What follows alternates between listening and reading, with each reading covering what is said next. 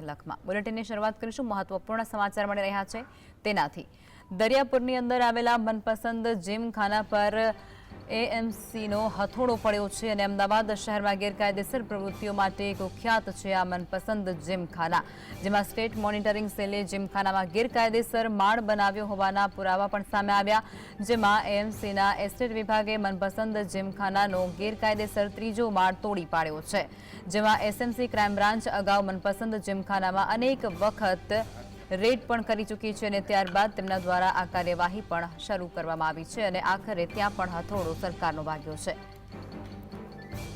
તો મહાનગરપાલિકાના એસ્ટેટ વિભાગે મનપસંદ જીમખાનાનો ગેરકાયદેસર ત્રીજો માળ તોડી પાડ્યો છે અને ત્યાં કાર્યવાહી કરવામાં આવી રહી છે. અમદાવાદના દરિયાપુર વિસ્તારની અંદર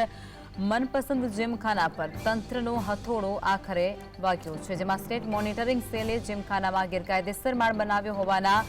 પુરાવા આપ્યા હતા અને પુરાવા બાદ કામગીરી હાથ ધરાઈ અને આખરે મહાપાલિકાના એસ્ટેટ વિભાગે મનપસંદ જીમખાનાનો ગેરકાયદેસર ત્રીજો માળ આખરે તોડી પાડ્યો છે.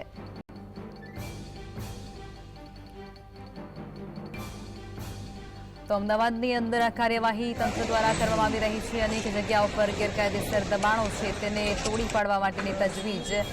તંત્ર દ્વારા હાથ ધરવામાં આવી રહી છે, ત્યારે ફરી એકવાર દરિયાપુરની અંદર પણ તેમના દ્વારા આ કાર્યવાહી હાથ ધરવામાં આવી છે અને મનપસંદ જીમખાના પર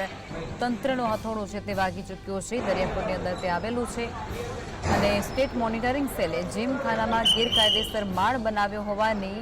તેમને પુરાવા મળ્યા હતા અને પુરાવા મળ્યા બાદ તેમના દ્વારા યોગ્ય કાયદાકીય પગલાં પણ ભરવામાં આવ્યા છે. મહાપાલિકાના એસ્ટેટ વિભાગ દ્વારા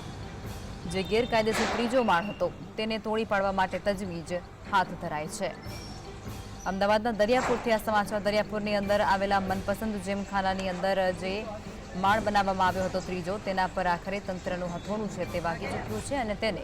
તોડી પાડવાની જે તજવીજ છે તે પણ શરૂ કરી દેવામાં આવી છે. ઉચ્ચ અધિકારીઓ પણ ઘટના સ્થળે હોય તે પ્રકારની તસવીરો પણ હાલ સામે આવી રહી છે અને જે તસવીરો તમે અત્યારે સ્ક્રીન પર જોઈ શકો છો. તો અમદાવાદની અંદર ફરી એકવાર તંત્ર છે તેમના દ્વારા ગેરકાયદેસર જે દબાણો છે તેને હટાવવા માટેની ઝુંબેશ જે શરૂ છે તેમાં મોટી કાર્યવાહી. તો આજ મુદ્દે અમારા સંવાદદાતા વિરેન્દ્ર પાટીલ લાઈવમાં જોડાઈ ચૂક્યા છે. વિરેન્દ્ર, ફરી એકવાર અમદાવાદની અંદર દરિયાપુર વિસ્તારમાં કાર્યવાહી થઈ છે, શું છે સમગ્ર જાણકારી? લખમાં કે રાજ્યના જે પોલીસ વડા છે તેમના દ્વારા આદેશ આપવામાં આવ્યા અને ત્યારબાદ સમગ્ર રાજ્યની પોલીસ છે તે સફારી જાગી હતી, કારણ કે અવારનવાર જે રાજ્યની અંદર હોય કે મેગા સિટીઓ હોય તેની અંદર હોય કે અસામાજિક તત્વો હતા તેમના છાસવારે જે બનાવો હતા તે સામે આવતા હતા અને પોલીસ ઉપર અનેક જે સવાલો છે તે ઉપસ્થિત થતા હતા, કારણ કે કાયદો અને વ્યવસ્થાની જે સ્થિતિ હતી તે રાજ્યભરની અંદર કથરી હતી, કારણ કે રાજ્યના ગૃહમંત્રી દ્વારા ખૂબ મોટી વાતો કરવામાં આવતી હતી, ટેબલો પછાડીને તેમના દ્વારા વાતો કરાતી હતી, પ્રેસ કોન્ફરન્સો કરાતી હતી અને સબ સલામતના દાવા આપવામાં આવતા હતા, પરંતુ તે સબ સલામતના દાવા છે તે સંપૂર્ણપણે પોકર સાબિત થયા હતા, કારણ કે જે અસામાજિક તત્વો છે તે અમદાવાદ હોય, સુરત હોય, રાજકોટ હોય, બરોડા હોય કે સુરેન્દ્રનગર હોય, તમામ જગ્યાઓ ઉપર છાસવારે તેમના આતંક સામે આવતો હતો અને પોલીસ ઉપર જે સ્થાનિક લોકો હતા તેમના દ્વારા આક્ષેપો કરવામાં આવતા હતા. જે બાદ રામોલ વિસ્તારની અંદર જે ઘટના સામે આવીને ત્યારબાદ પોલીસ તંત્ર અચાનક જ હરકતમાં આવી ચૂક્યું હતું, જે સંદર્ભે જ રાજ્યના પોલીસ વડા દ્વારા એસએમસી એટલે કે સ્ટેટ મોનિટરિંગ સેલને તપાસના આદેશ આપ્યા હતા અને ગુપ્ત રાહે સ્ટેટ મોનિટરિંગ સેલ દ્વારા તપાસ શરૂ કરવામાં આવી હતી, જેની અંદર પ્રોહિબિશનના ગુનાઓ સાથે તેમજ તેની સાથોસાથ વાત કરવામાં આવે તો અસામાજિક તત્વોનો આતંક હોય કે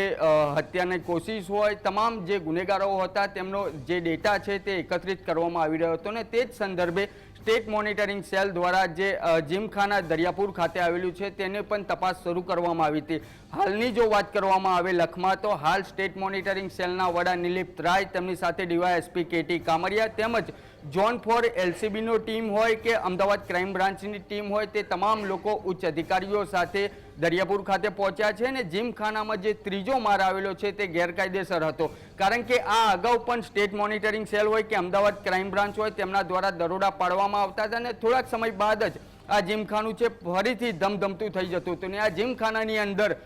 બેનામી જુગાર રમાડવામાં આવતો હતો અને ઘણા લોકોની આ અગાઉ પણ મિલીભગત આવી હતી અને તેની અંદર ઘણા ખરા પોલીસ કર્મીઓ હોય કે અધિકારીઓ હોય તેમને સસ્પેન્ડ પણ કરવામાં આવ્યા હતા, પરંતુ અત્યારની જો વાત છે તેની અંદર રાજ્યના પોલીસ વડાએ જે આદેશ આપ્યા છે, ગૃહ વિભાગ દ્વારા જે આદેશ આપવામાં આવ્યા છે, ત્યારબાદ જે ઉચ્ચ અધિકારીઓથી લઈને નીચલા કક્ષાના જે કોન્સ્ટેબલ હોય છે તે લોકો તમામ લોકો હાલ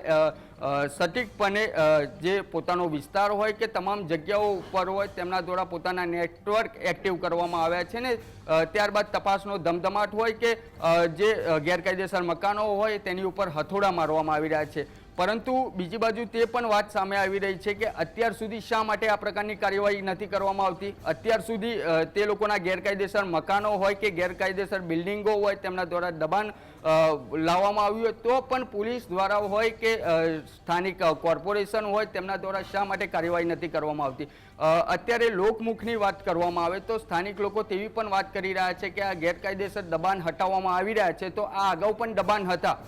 શા માટે તે સમયે દબાણ હટાવવામાં ના આવે અને પોલીસ ઉપર તેમજ રાજ્ય સરકાર હોય કે ગૃહ વિભાગ હોય તેની ઉપર સવાલ ઉત્પન્ન થાય છે ત્યારે આ પ્રકારની કાર્યવાહી કરવામાં આવે છે. લખમાં જી, અને વિરેન્દ્ર, જે પ્રમાણે આ ઘટનાઓ સામે આવી રહી છે, એક બાદ એક ગેરકાયદેસર દબાણો ઉપર તંત્રનું બુલડોઝર ચાલી રહ્યું છે, એટલે કે દબાણકર્તાઓ છે તેમાં પણ ક્યાંક ફફડાટ અત્યારે ફેલાયો હોય તે પ્રકારની સ્થિતિનું નિર્માણ પણ થયું હશે ને?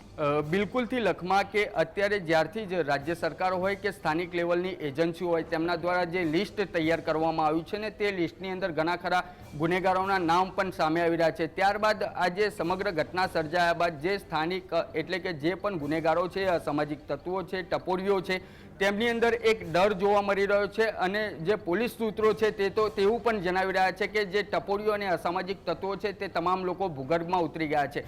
પૂર્વ વિસ્તારની જો લખમાં વાત કરવામાં આવે તો અમદાવાદના પૂર્વ વિસ્તારમાંથી ઘણા ખરા જે અસામાજિક તત્વો છે તે લોકો રાજ્ય બહાર પણ ભાગી ગયા છે, પરંતુ જે સ્થાનિક એજન્સીઓ છે તે સતર્ક બની છે ને તેમના દ્વારા કાર્યવાહી શરૂ કરવાની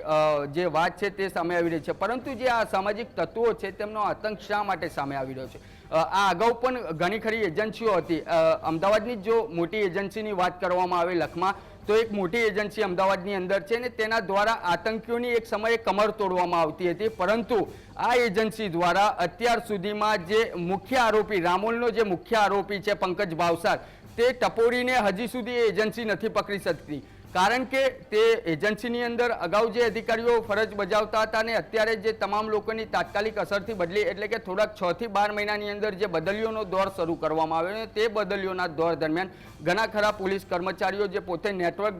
ધરાવતા હતા, અધિકારીઓ જે નેટવર્ક ધરાવતા હતા તે નેટવર્ક અત્યારે ખતમ થઈ ચૂક્યું છે. એટલે કે ક્યાંક ને ક્યાંક આ પાસા પણ સામે આવી રહ્યા છે કે શા માટે આ જે અસામાજિક તત્વો છે તે બાનમાં નથી આવતા. પરંતુ જે રાજ્યની અંદર તેમજ જે